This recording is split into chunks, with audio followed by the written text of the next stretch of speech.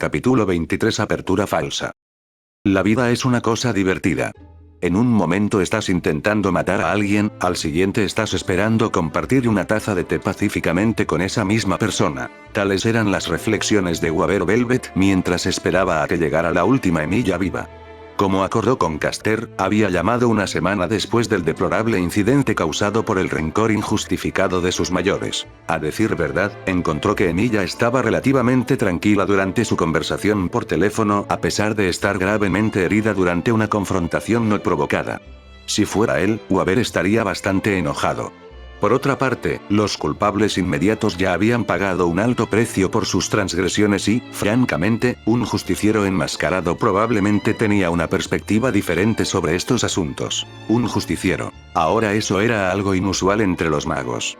En la historia de Magecraft no era tan inusual ver a un practicante del oficio más interesado en sus aplicaciones que en su desarrollo, pero nunca, según su leal saber y entender, alguien los había usado de esa manera. Incluso el predecesor fallecido de Emilia tenía un enfoque de sus creencias más en línea con la forma en que la torre del reloj normalmente trataba con sus objetivos. La mejora a través de la eliminación era un método brutalmente eficiente para hacer las cosas, pero el poseedor actual del nombre Emilia tenía un enfoque menos letal de las cosas. Teniendo en cuenta que el magus adolescente tenía un contrato con un sirviente, Waver estaba bastante agradecido por eso. Si el chico había enviado a Caster tras él, la probabilidad de que Waver saliera vivo de Fuyuki era bastante cercana a cero, incluso si lograba escapar después de su primer encuentro. La habilidad de la clase lanzadora con la adivinación era incomparable, y con toda probabilidad superior a la capacidad de un mago moderno para esconderse de ella. Por lo tanto, mientras seguía haciéndolo inteligente y comprobando los alrededores en busca de posibles trampas, Waver entró al Copenhagen sintiéndose relativamente seguro. El pequeño y acogedor establecimiento estaba desprovisto de Boundary Fields, tanto activos como inactivos, y aunque era un lugar familiar que Emilia frecuentaba, no había indicios de que pudiera considerarse un lugar fuera de lo común. Como tal, Waver se sentó en una mesa en un rincón lejano y pidió una taza de su tipo de té favorito mientras esperaba que llegara su invitado. No tuvo que esperar mucho ya que Emilia entró unos minutos antes de la hora acordada. No había muchos otros clientes, pero los ojos del chico se enfocaron en él tan pronto como pasó por la puerta. Como se esperaba de los informes de los Cheonks, el joven magus tenía un agudo sentido para detectar cuando alguien lo estaba observando. Con un toque del dedo sobre la mesa, Waver activó la matriz que había dibujado. Era un hechizo bastante simple, pero evitaría que su conversación fuera escuchada accidentalmente. Waver inclinó la cabeza en reconocimiento y Emilia asintió en respuesta. «Buen día, señor Velvet», saludó en inglés mientras se sentaba. Del mismo modo, Emilia-san, respondió Waver suavemente en japonés. «Me gustaría decir que es un placer, pero me temo que las circunstancias de nuestro encuentro lo han dejado fuera de nuestro alcance». «Me temo que sí», asintió el mago japonés.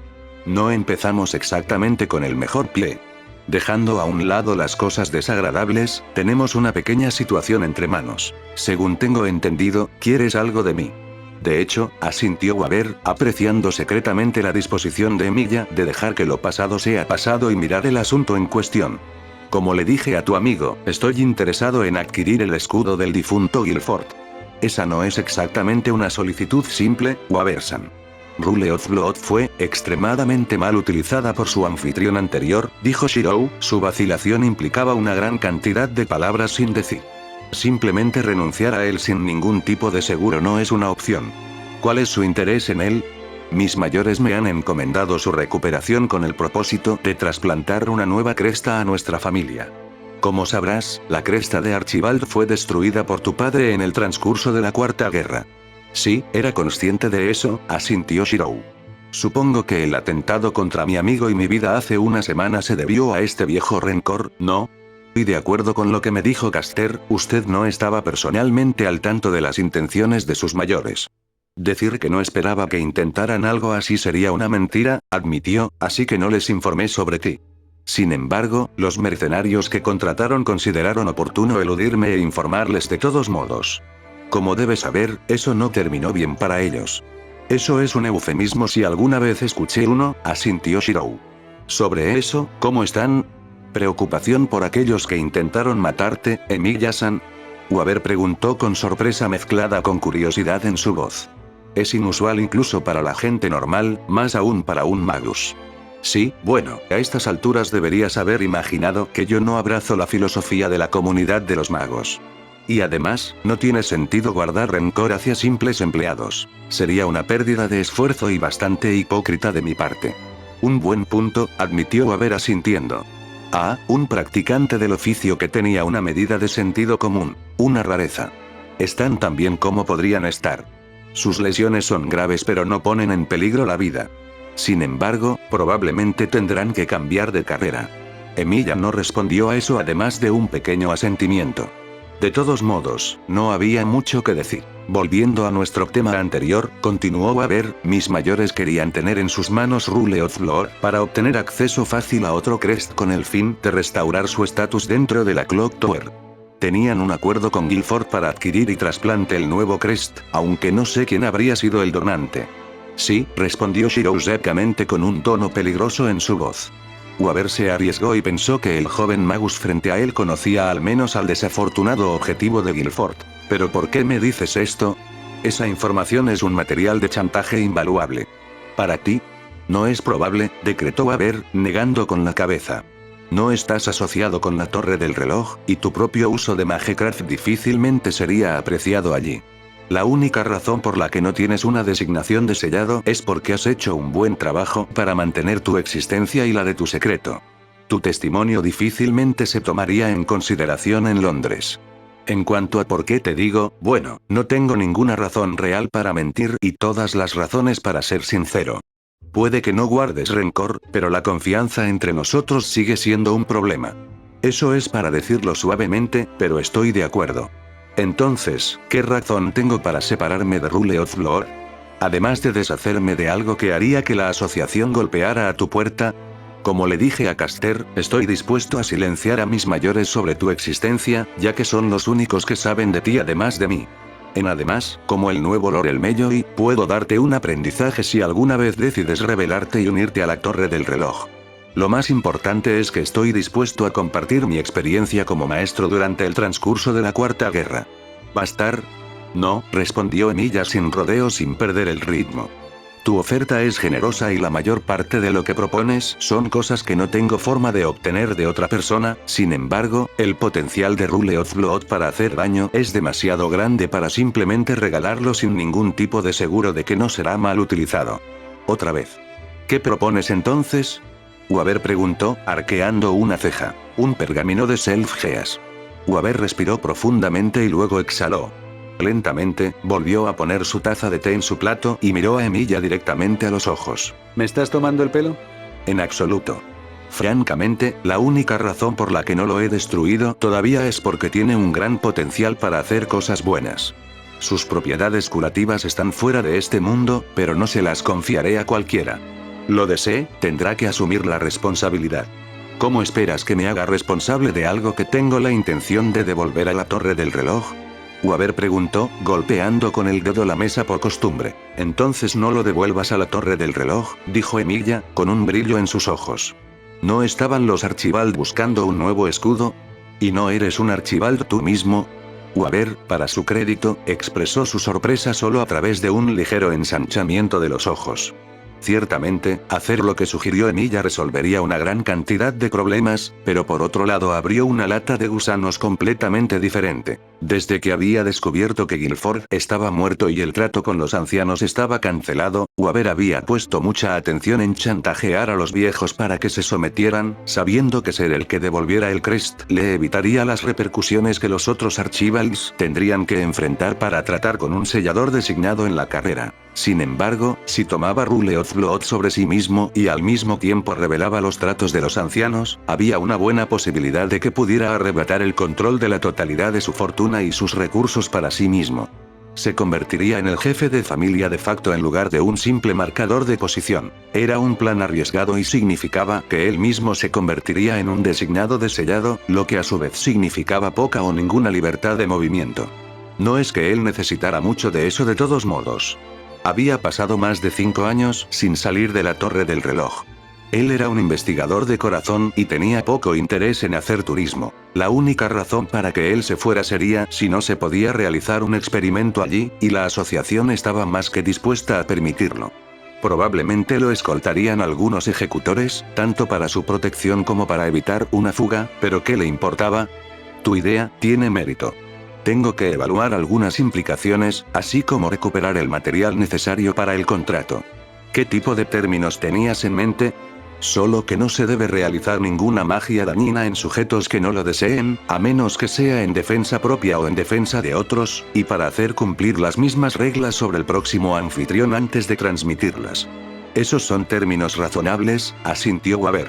A la mayoría de los magos no les importaría dañar a otros en la búsqueda del conocimiento, pero Weaver no era así. No tiene la intención de hacer cumplir su pago también. Realmente no me importa eso, se encogió de hombros la pelirroja. Es cierto que no tenemos ninguna razón en particular para confiar el uno en el otro, pero si queremos establecer una relación comercial que funcione, tenemos que empezar por algún lado. Tienes un buen punto. Muy bien, veré qué puedo hacer y te responderé tan pronto como pueda. Sobre un tema completamente diferente, si no te importa que te pregunte, ¿qué está pasando con el Guerra del Grial? Está sucediendo 50 años antes, y la semana pasada no hubo señales de actividad de los sirvientes. No creo que sea normal. No lo es, estuvo de acuerdo Emilia. Pero no hay razón para que te preocupes por eso, ya que no eres un maestro esta vez. Sin embargo, solo para saciar tu curiosidad, debes saber que la guerra no va a comenzar realmente hasta dentro de unos meses más. El Grial está siendo más caprichoso que de costumbre y estoy vigilando la situación. Qué conveniente, se rió Weaver. Déjame dejarlo claro, Velvet-san, respondió Emilia con firmeza, con un toque de ira en su mirada de acero. No tengo ningún interés en el Grial, salvo para evitar que caiga en manos de alguien que lo usaría para dañar a inocentes. Weaver negó con la cabeza. ¿Sabes qué?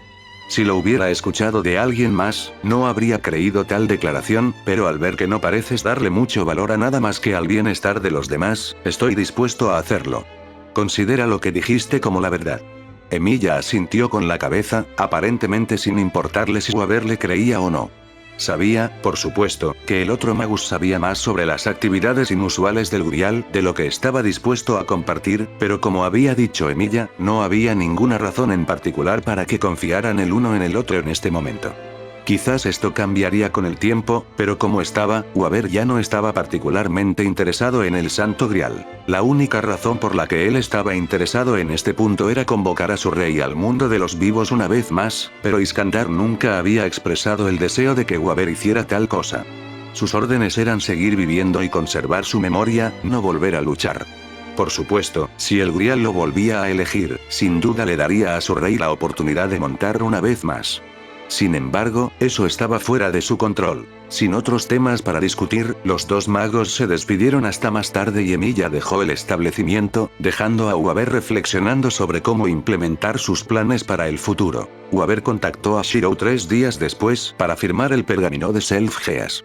Shirou no sabía cómo Weaver tenía la intención de lidiar con las secuelas de devolver Rule of Blood a la Torre del Reloj, pero el contrato aseguraba que cumpliría su palabra. Podría haber sido peligroso regalar el Crest, pero Medea le aseguró que sin el ritual que ella ideó, las propiedades de control mental de Rule of Blood estaban más allá del alcance de los magos modernos. En última instancia, la capacidad de Rule of Blood para hacer el bien superó con creces su potencial para hacer daño, que se eliminó casi por completo gracias al pergamino de Self-Geas. Sin embargo, eso no significaba que todos estuvieran contentos con el resultado. Honestamente, maestro, protestó Medea después de que regresaron a casa después de intercambiar el Crest y firmar el pergamino, debería haber pedido algo más a cambio del Crest. Ya tenía lo que quería, respondió Shirou. En realidad, deshacerme de esa cosa ya era un pago suficiente. Lo último que necesitaba era tener la torre del reloj detrás de mí cuando comience la guerra del Grial. Solo hay tantos problemas que puedo manejar al mismo tiempo. Entiendo tu punto, pero todavía creo que deberías haber pedido un mejor trato, se quejó Medea. Creo que obtuve la mejor oferta que podría haber pedido a largo plazo. Velvet-san suena como una persona razonable y con los pies en la tierra, lo cual es una rareza entre los magos en general, no importa los señores. Tenerlo en el lado bueno es mejor a largo plazo. Puedo estar de acuerdo con eso, consintió Medea. Dicho esto, ¿había algo útil en sus recuerdos de la guerra pasada? Va a ser lento clasificarlos, admitió Shirou mientras se frotaba la sien lentamente. Había sido idea de Medea que Velvet compartiera literalmente sus recuerdos con Shirou. El hombre estaba menos que emocionado de tener a alguien husmeando en su cerebro, por lo que Shirou estipuló que se apegarían a las experiencias de la guerra del hombre y a los que estaban solos dentro de su contrato. Todo salió bien, aunque había sido una experiencia extraña, especialmente porque los recuerdos se habían vertido en su mente en un solo grupo y las funciones cerebrales superiores de un humano no eran capaces de procesar tanta información a la vez. Con toda probabilidad, le llevaría más de unas pocas semanas resolverlos y revisarlos como sus propios recuerdos. Si hubiera sido un solo recuerdo habría sido un asunto diferente, pero el valor de los recuerdos de una semana era demasiado. La probabilidad de que el mismo sirviente aparezca 2 veces es mínima, pero asegúrate de examinar la forma en que lucharon y cómo actuaron los otros maestros, instruyó Medea. Incluso si es desde una única perspectiva, sigue siendo un conocimiento invaluable. Definitivamente. Ahora que estoy en casa de la escuela, tengo todo el tiempo para practicar contigo y entrenar con Kuzuki-sensei, dijo Shirou alegremente, como si las palizas inminentes de su maestro fueran algo que esperar. Lejos está para mí desaprobar su afán por aprender y mejorar, reprendió Medea divertida, pero no es esta época del año para descansar y relajarse. ¿Estás bromeando? Ahora es el mejor momento para concentrarme en mi entrenamiento sin interrupciones. Me relajaré después de la guerra, concluyó con un gesto de la mano. No puedo permitirme el lujo de holgazanear en este momento. Estaba pensando en dejar el club de tiro con arco también. En realidad, Medea se sorprendió un poco. Supuse que te gustaba mucho practicar con el arco, ya que es tu arma principal. No me malinterpretes. El arco es mi mejor arma y realmente me gusta practicar con él, pero mi habilidad ya está más allá de la de un club escolar y el tiempo que paso allí se puede usar de manera más eficiente. Planeo renunciar por completo, pero ciertamente tendré que dejar la capitanía y olvidarme de las competencias. Tal vez el año que viene lo retomaré, pero eso es entonces. Lamento que tengas que hacer tantos sacrificios por un conflicto que no has elegido. Medea parecía entristecida por alguna razón. No lo hagas, negó con la cabeza. No es un sacrificio en absoluto e incluso si prefiero que esta guerra no se lleve a cabo, todavía era mi elección participar en ella. Mientras caminaban, Medea tomó su mano donde estaba grabado el sello de comando en forma de espada, pasando suavemente su pulgar sobre las líneas. Un poco de calidez subió al rostro de Shirou con el toque. ¿No es realmente una carga?, preguntó, su voz baja pero inconfundiblemente llena de emoción. Llevar esta marca significa tener gente después de tu vida. ¿No te molesta? Por supuesto que sí, asintió Shirou, pero está bien. Si llevo esta marca, significa que alguien más no lo está y que están a salvo. A veces me preocupa que no valores tu propia vida en absoluto, Shirou. Shirou se encogió de hombros. Kiritsugu dijo algo similar una vez. Me dijo que estaba distorsionado porque me preocupaba por los demás más que por mí mismo. Lo hizo sonar como algo malo, pero no me importa. No importa lo que digan los demás.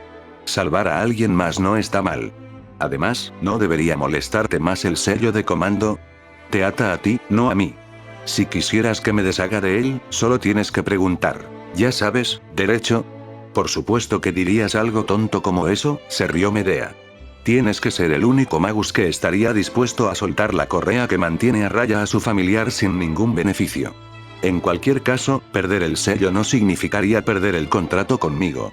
Yo todavía tendría acceso a tu prana hasta que forjé otro contrato con otra persona.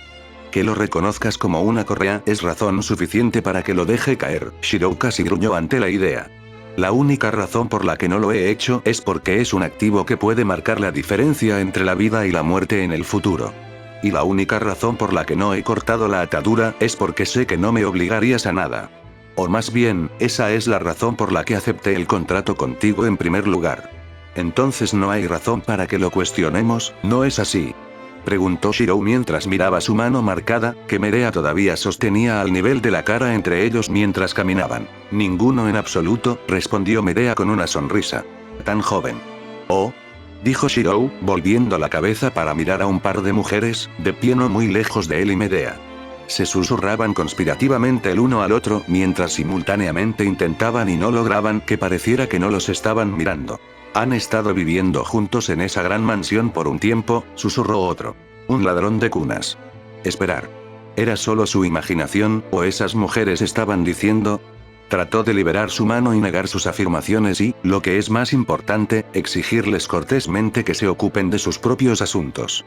Se encontró incapaz de hacerlo cuando Medea apretó su agarre alrededor de su mano. Se volvió para mirarla, parpadeando sorprendido. ¿No había escuchado lo que decían? Vamos, Shirou, Medea tiró de él, arrastrándolo lejos sin mirarlo. Que piensen lo que quieran. Pero, Medea, están diciendo que estamos, no me importa, Shirou, repitió ella, cortando su protesta. A menos que lo hagas, por supuesto. No.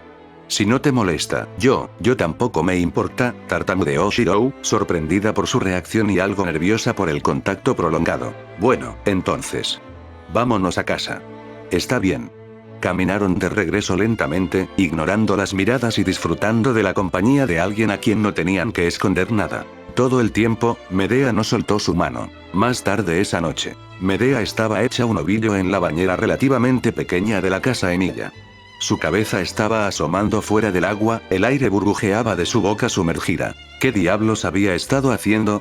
Su comportamiento había sido errático últimamente, su estado de ánimo cambiaba continuamente. Ira, felicidad, confusión y, a veces, incluso mareo. ¿Había algo mal en ella que no podía entender, o, a quien engañaba? Sabía perfectamente bien lo que le pasaba, y aunque decía que no le importaba, la verdad estaba lejos de serlo. Se puso de pie y salió de la bañera, envolviendo su cuerpo desnudo en una toalla. Sus pies mojados la llevaron por encima del espejo y allí estaba, mirando su propio reflejo. Ella era, lo sabía, una mujer muy atractiva, aparentemente de 30 años. Su estatus como espíritu heroico, así como su herencia divina, le otorgaron rasgos que las mujeres normales difícilmente podrían esperar poseer, pero a pesar de que tenía tales cualidades, eso no cambió el hecho de que para el momento de su muerte tenía casi 50 años. Incluso dejando de lado el hecho de que, técnicamente hablando, nació más de 2000 años antes de la fecha actual, tenía más de 3 veces su edad. 3 veces su edad. No le importaba lo que los extraños pensaran de ella. Hacía tiempo que había aprendido a ignorar las opiniones de quienes no sabían nada pero juzgaban a todos y todo. No se preocupaba por ellos, pero se preocupaba por sus propios pensamientos. Sabía muy claramente cuáles eran sus sentimientos por Shirou, y estaba completamente aterrorizada por ellos. No solo porque esos sentimientos habían sido retorcidos en el pasado para servir a los caprichos de los demás, sino también porque se sentía consciente de los años que los separaban. Ella podría muy bien ser su madre o incluso su abuela considerando lo temprano que las mujeres dieron a luz en su tiempo, e incluso si él no era un simple niño, ciertamente era un hombre muy joven. Se sintió avergonzada de siquiera considerarlo de esa manera, pero no pudo evitar el sentimiento que surgió en su pecho al pensar en él, así como los temores que le siguieron. ¿La reconocería siquiera como mujer? ¿Se sentiría atraído por ella? ¿La consideraría una pervertida por tener esos pensamientos sobre un hombre de un tercio de su edad? Una parte de ella quería sellar esos sentimientos y tirar la llave, olvidada para siempre. Otra parte de ella sabía que no había otro hombre para ella. Incluso si alguna vez conocía a otra persona tan cariñosa y tan indulgente como él, eso no cambiaría el hecho de que era Emilia Shirou quien la había salvado, que era Emilia Shirou quien la había protegido, que era Emilia Shirou quien sangraba por ella. Que fue Emilia Shirou quien le dio esperanza para el futuro y una razón para continuar una existencia que de otra manera no tendría sentido. Reconocer esto significaba reconocer sus nuevos temores. Miedo de perderlo por la guerra que se avecinaba o por uno de los muchos otros conflictos que sin duda buscaría. Miedo a que sus sentimientos pasen desapercibidos o sean rechazados si los confiesa en voz alta. Había caído en el dilema milenario que atormentaba a la mayoría de la gente. ¿Era mejor abrazar estos nuevos sentimientos y poner en peligro el vínculo que compartían, o era mejor olvidarse de ellos y contentarse con lo que tenía? Ella no pudo darse una respuesta. Shirou estaba preparando la cena en relativa tranquilidad, reflexionando sobre los eventos que ocurrieron ese mismo día. Sorprendentemente, o tal vez no era el grupo de recuerdos desentrañados dentro de su cabeza lo que ocupaba sus pensamientos, sino el comportamiento de Medea. Cuando la conoció por primera vez, ella estaba, comprensiblemente, amargada y desconfiada. Le calentó el corazón verla abrirse y expresar emociones positivas, pero lo dejó desconcertado por la aparente facilidad que tenía para tocarlo físicamente. Quizás fue una cuestión cultural. Los japoneses eran un tipo de gente bastante reservada, y Shirou era un excelente ejemplo. El contacto físico directo ciertamente no era un tabú, pero tendían a darle un significado más profundo a cosas como tomarse de la mano en público o incluso solo en general. Probablemente era solo una noción que Medea no compartía, o tal vez en su país, durante su tiempo, era algo común y Shiro estaba pensando en todo el evento. Además, no era como si hubiera sido una experiencia negativa en absoluto. Huele maravilloso como siempre, declaró Medea mientras entraba a la habitación, todavía secándose el cabello mientras se acercaba a la adolescente pelirroja.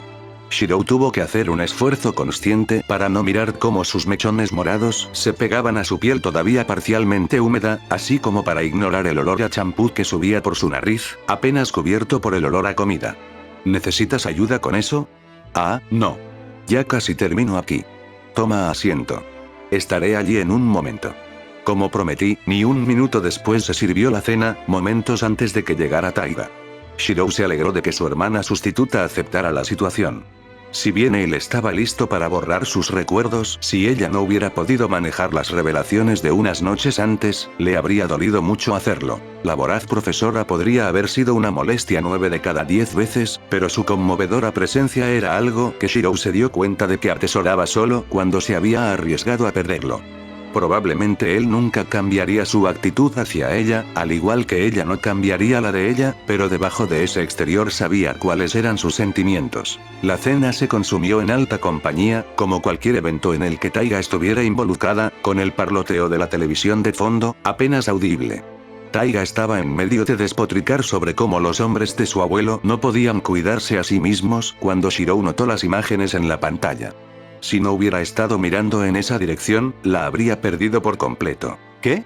Cogió el mando a distancia, aumentando el sonido e interrumpiendo la conversación en curso. El funeral de Tono Makisa, uno de los hombres de negocios más influyentes de la zona, se llevará a cabo en 3 días. Los herederos han sido inaccesibles para comentarios, así como... Maldita sea, murmuró Shiro, bajando el audio de nuevo. ¿Qué ocurre? Preguntó Taiga. ¿Conocías a esa persona, Shiro? Sí, de hecho, tenía una transacción con él. También era casi la hora de la entrega, dijo con el ceño fruncido, pensativo. Maldita sea. ¿Cómo pasó? Preguntó Medea. ¿Una enfermedad? Parecía estar bien cuando lo vi, pero eso no significa necesariamente que estuviera bien. Por otra parte, podría ser solo un encubrimiento de algo más. ¿Por qué piensas eso? Taiga preguntó, inclinando la cabeza. Bueno, comenzó Shiro, la rama principal de los Tono ha incursionado al menos un poco en lo sobrenatural, y dado que le proporcionaron a papá mercancía peligrosa en el pasado, ciertamente tienen algunos tratos ilegales en marcha.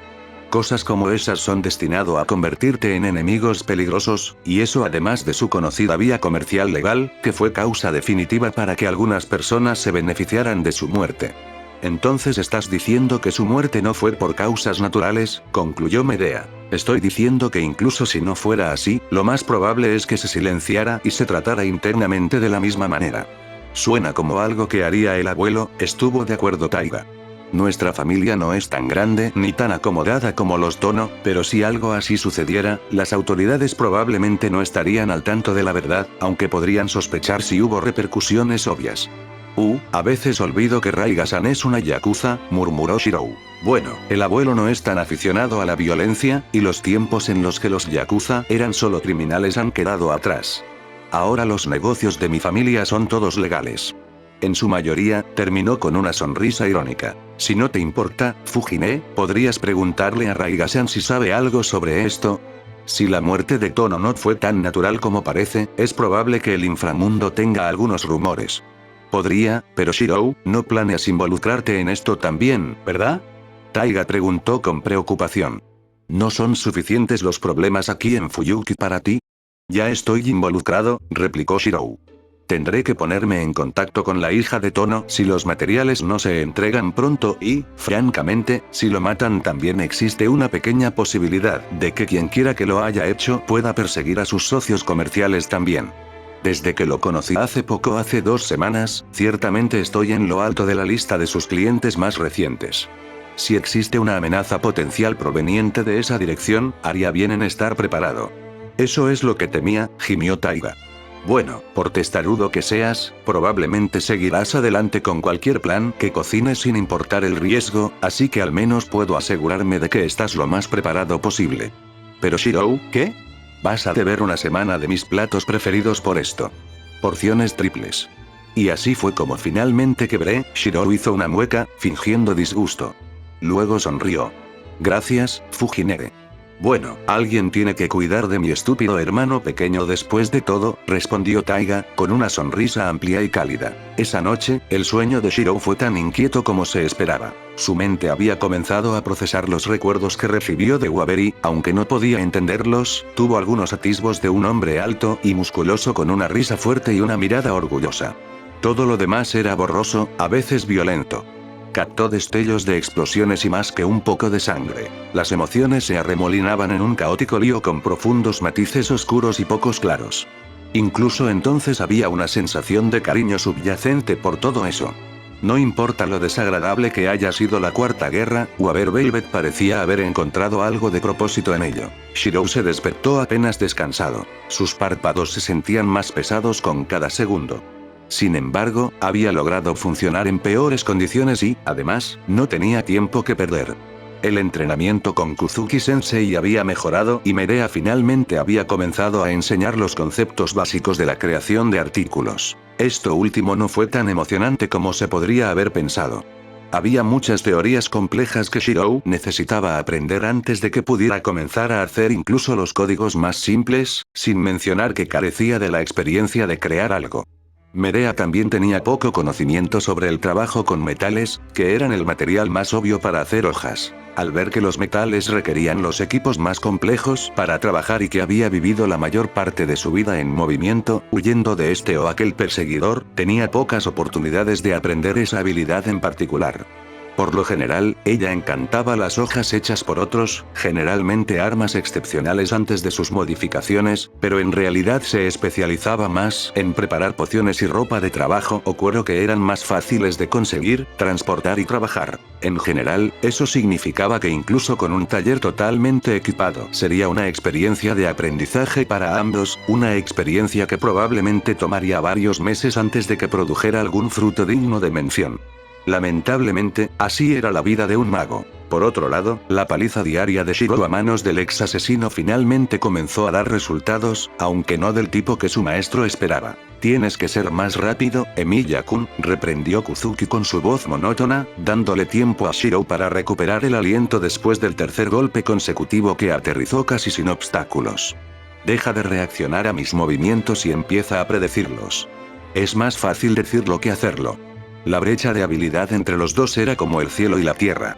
No importa cómo lo mirara Shirou, sin las ventajas otorgadas por Magecraft, no estaba ni cerca de la liga de su maestro. Esta dificultad se vio reforzada por el hecho de que carecía de compatibilidad con este particular estilo de combate. La naturaleza misma de Shirou carecía de la crueldad necesaria para realizar ataques mortales sin la motivación adecuada. Como alguien que atesoraba cada vida más que la suya propia, sabía que nunca sería competente en algo que estaba destinado a cortar otras vidas. Ahora, si lo que estaba en riesgo era solo su vida, podría lidiar con eso. Tal vez si usara su vida como su arma, poniéndola en juego para escabullirse de la defensa del oponente. Fue imprudente. Se podría llamar incluso suicida, pero aún así. Parece que acabas de hacer un gran avance, Emiya-kun, dijo el profesor, notando la mirada en sus ojos. Quizás, respondió, todavía sin aliento. Vamos a probarlo, entonces. Esta declaración fue toda la advertencia que Shirou tenía que prepararse. No estaba tan listo como le hubiera gustado, y aunque de alguna manera logró desviar los golpes más viciosos, algunos de ellos todavía aterrizaron dolorosamente.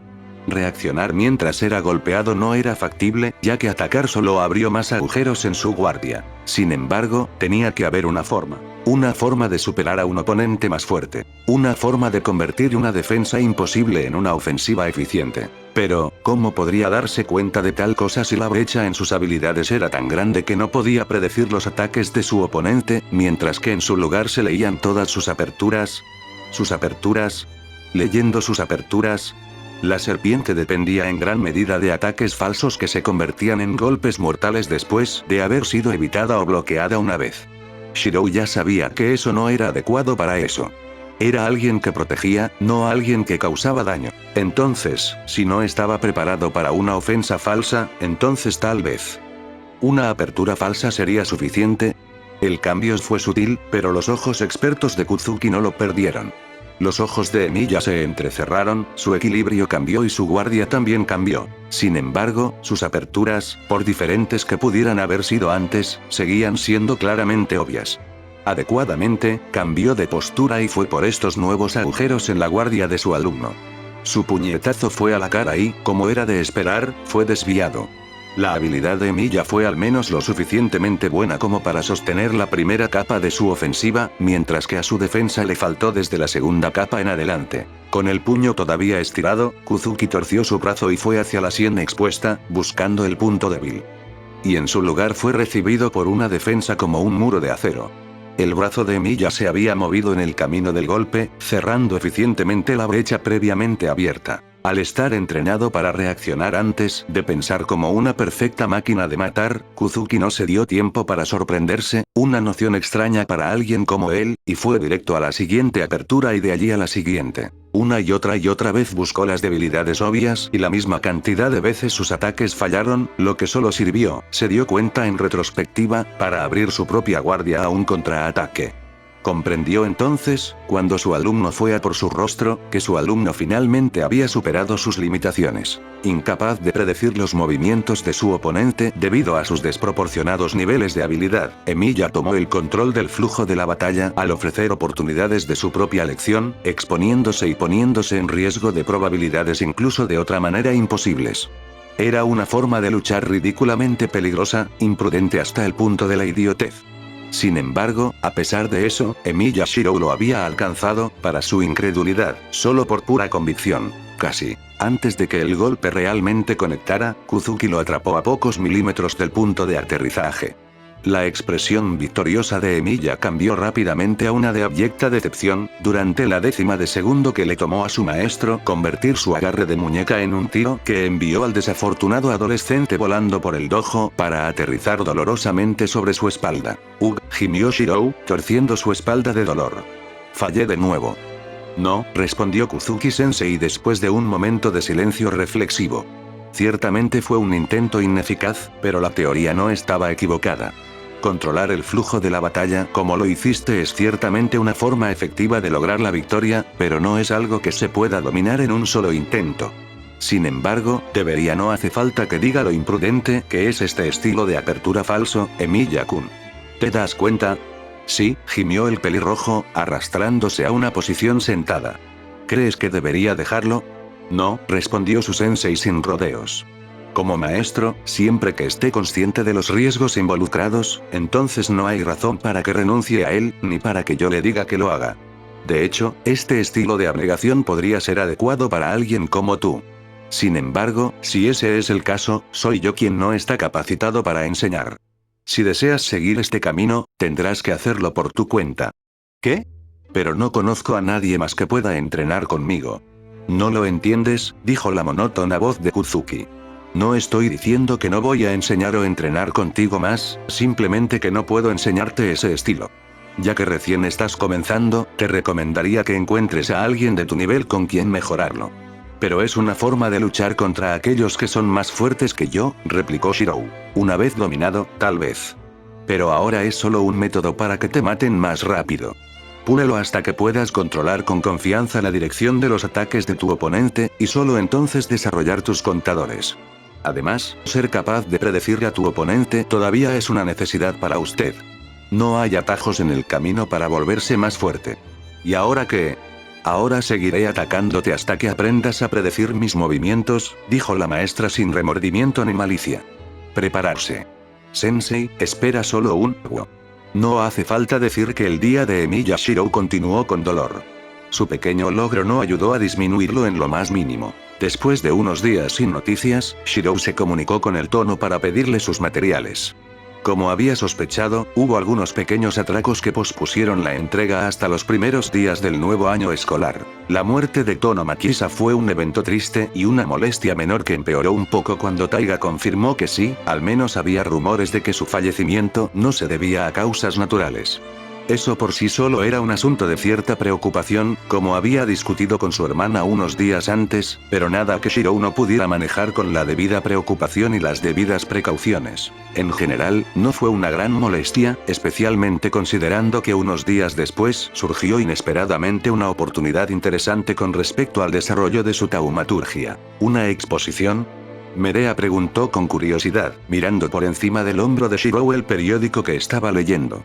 Un pequeño artículo mostraba la próxima inauguración de un museo dedicado a la herrería japonesa a través de los siglos, con varias herramientas de fabricantes de espadas relativamente famosos. Sí, confirmó Shirou emocionado. Estaba pensando que podría intentar y rastrear las habilidades para trabajar metal con esas herramientas. No son espadas en sí mismas, así que no estoy seguro de cuán útiles serían, pero podría intentar captar algunos consejos y luego ver que podría reunirme leyendo algunos libros relacionados. Sería bastante conveniente, estuvo de acuerdo Medea. Incluso si es solo un conocimiento parcial, su historia debería proporcionarnos una ventaja decente. Sin embargo, estoy un poco preocupado. Acerca de...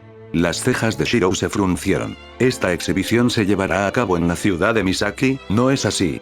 Sí, ese es el punto. En un solo viaje podría completar la transacción con los tonos y visitar el museo.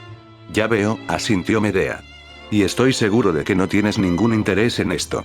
La mujer de cabello púrpura pasó el periódico a la primera página, donde los titulares informaban de una serie de extrañas desapariciones que se pensaba eran asesinatos en serie que habían tenido lugar en la misma ciudad durante unos días. Bien, ¿qué puedo decir? Shirou se puso a sudar.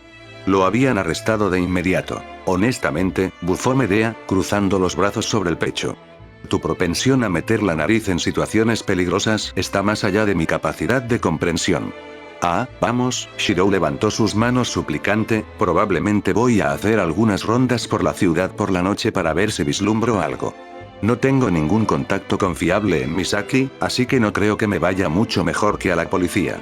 Shirou, no me tomes por tonto. No finjas que no has visto esto, Medea entrecerró los ojos mientras al mismo tiempo golpeaba con el dedo con enojo una sola palabra del artículo. El kanji decía Kyuketsuki, vampiro, el apodo que la prensa le había dado al misterioso asesino. No hay pruebas de que el asesino sea en realidad un apóstol muerto, frunció el ceño Shirou. Si lo fuera, es bastante descuidado por haber sido identificado como tal por las autoridades mundanas, y en ese caso, la torre del reloj o la iglesia habrían enviado a sus agentes para ocuparse de la situación. Demonios, probablemente lo habrían hecho solo para cuidarte. Y ese es exactamente el problema, Medea le dio un manotazo en la cabeza por su falta de consideración. Es irrelevante si este asesino es realmente un apóstol muerto o no. Es probable que alguien ya se haya dado cuenta de este caso y haya comenzado a investigarlo. Si te atrapan husmeando a tu alrededor, te meterás en un montón de problemas. Lo entiendo, tienes razón. Shirou respondió frotándose la cabeza tímidamente. No lo pensé de esa manera. Voy a mantener la cabeza baja. Eso no es lo suficientemente bueno, Shirou. Si realmente vas a Misaki, entonces prométeme que te mantendrás alejado de todo este asunto por completo. No. Discúlpame. Medea parpadeó. Dije que no. El rostro de Shirou era acerrado. No voy a ignorarlo si hay algo que pueda hacer para ayudar. Si hay una manera de salvar vidas, no le voy a dar la espalda.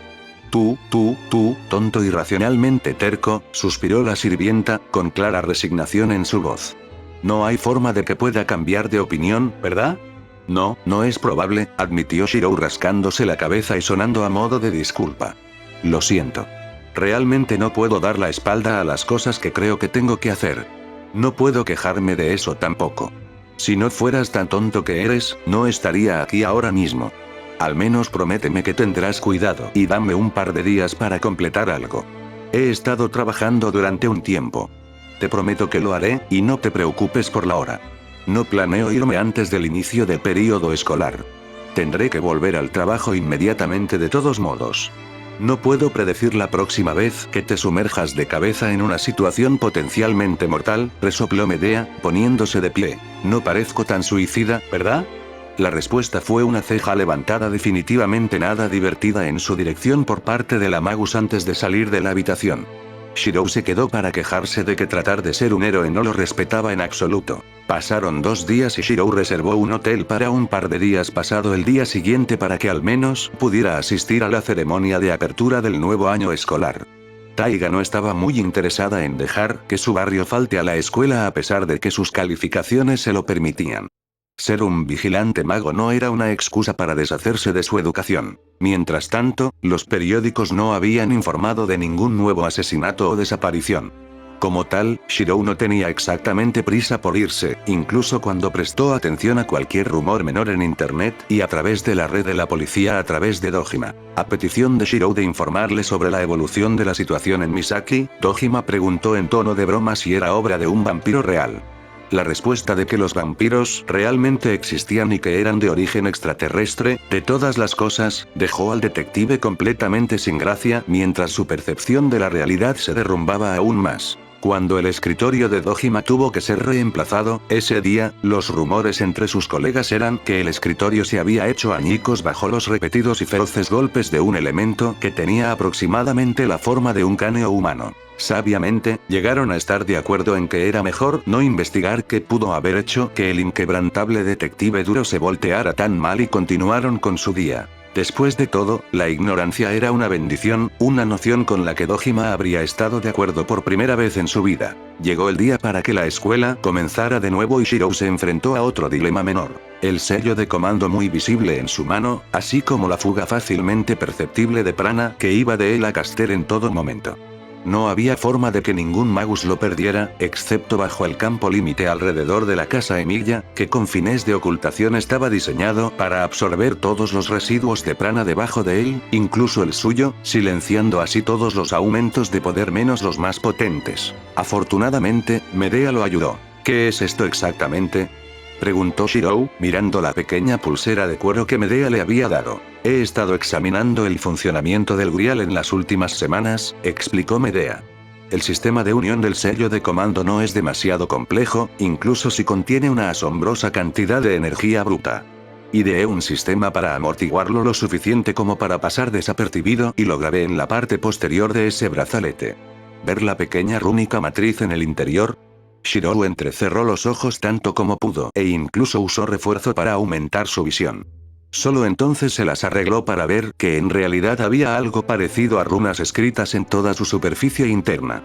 Incluso con refuerzo, eran tan minúsculos que le costaba leerlos correctamente. ¿Cómo te las arreglaste para grabar runas tan pequeñas? Además, algo tan común y endeble como el cuero va a ser suficiente para apagar los Command Seals.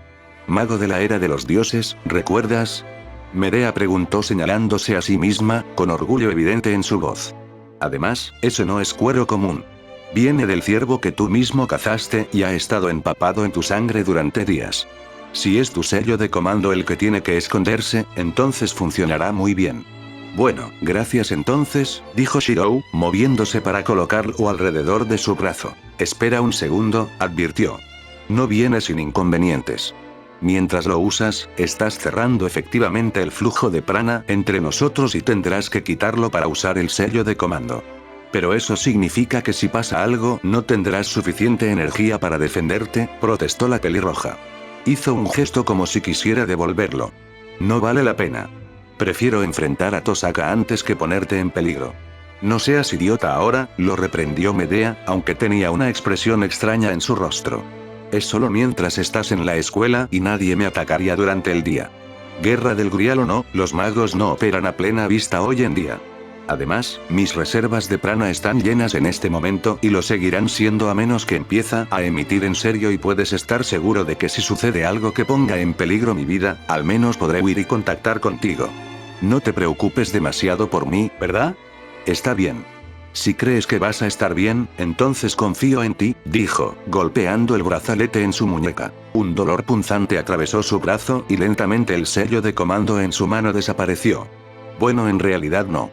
Todavía estaba allí si uno miraba de cerca, pero mientras no moviera el dorso de su mano frente a las caras de otras personas, pasaría desapercibido. Con ese pequeño problema resuelto, Shirou podría regresar a la escuela sin preocuparse de que lo descubrieran. Eso no significaba que no iba a haber sorpresas, por supuesto. El tiempo, Shirou sabía, era lo único que nunca estuvo de su lado.